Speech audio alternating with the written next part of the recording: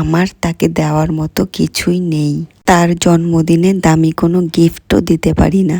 সে আমার কাছ থেকে তার স্পেশাল দিনগুলোতে উপহার আশা করলেও আমি হয়তো সব স্পেশাল দিনগুলোতে উপহার দিতে পারি না, তবে সেই দিনগুলোকে একটু স্পেশাল করে তোলার চেষ্টা অবশ্যই করি।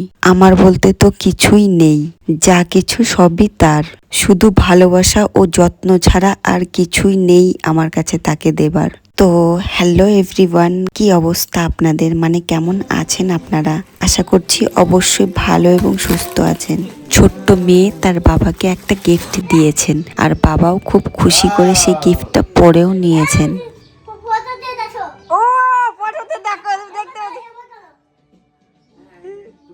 আমার কিছু করতে লাগবে না তো।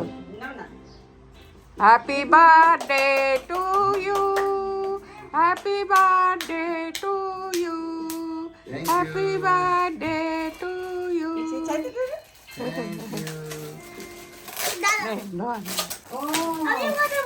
ও তুমিও ফটো তুলবে? হ্যাঁ তুলবে তো। দাঁড়াও বলো, দাঁড়াও। ও সত্যি তো ঘড়ি তো আছে। জন্মদিনের দুদিন আগে গেছিলাম মার্কেটে, আর সেখান থেকেই এই ঘড়িটা কিনে এনেছি তাকে উপহার হিসাবে দেব বলে। জানি না তার পছন্দ হবে কি না, তবে ঘড়িটা পেয়ে তিনি খুব খুশি হয়েছেন, কারণ আমি পছন্দ করে কিনে এনেছি বলে। আর এখানে একটা কেকও আনা হয়েছে, মানে তার মেয়ে এনেছে তার বাবার জন্য। আমি সেই কেকটাকে একটু ডেকোরেট করছিলাম আর কি। আর এই বাটিতে আমার শাশুড়ি মা পায়েস বানিয়েছে তার ছেলের জন্য। আমার শাশুড়ি মা আর কি সবার জন্মদিনেই পায়েস বানায়। তিনি তার ছেলে মেয়েদের জন্য যেমন করেন, ঠিক আমার জন্য তেমনটাই করেন। Happy birthday to you, happy birthday to you dear পাপা।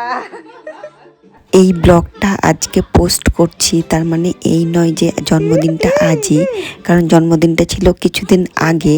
আমি এই ভিডিওটা পোস্ট করছি কিছুদিন পরে, তাই আপনাদের সবাইকে বলে দিলাম। নয়তো আপনারা ভাববেন যে আজই হয়তো জন্মদিন, সেই জন্য আগে থেকেই বলে দিলাম।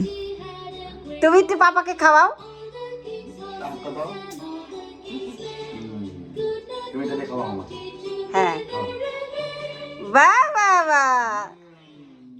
Thank you. হয়েছে? তুমি খাও তো।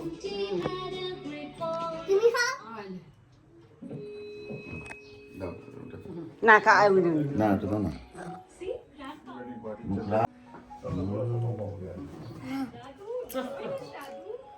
So this is my happy family. Ma and my daughter Ma, me and her mother Ma. So Ma, me and Ma. Ma, me, और माँ. तो उधर माँ है ना, माँ में माँ. माँ में माँ. পাঁচটা একটু খাও। খাবো তো।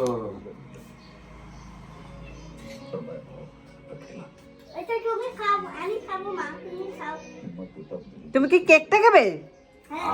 এনো। বাহ।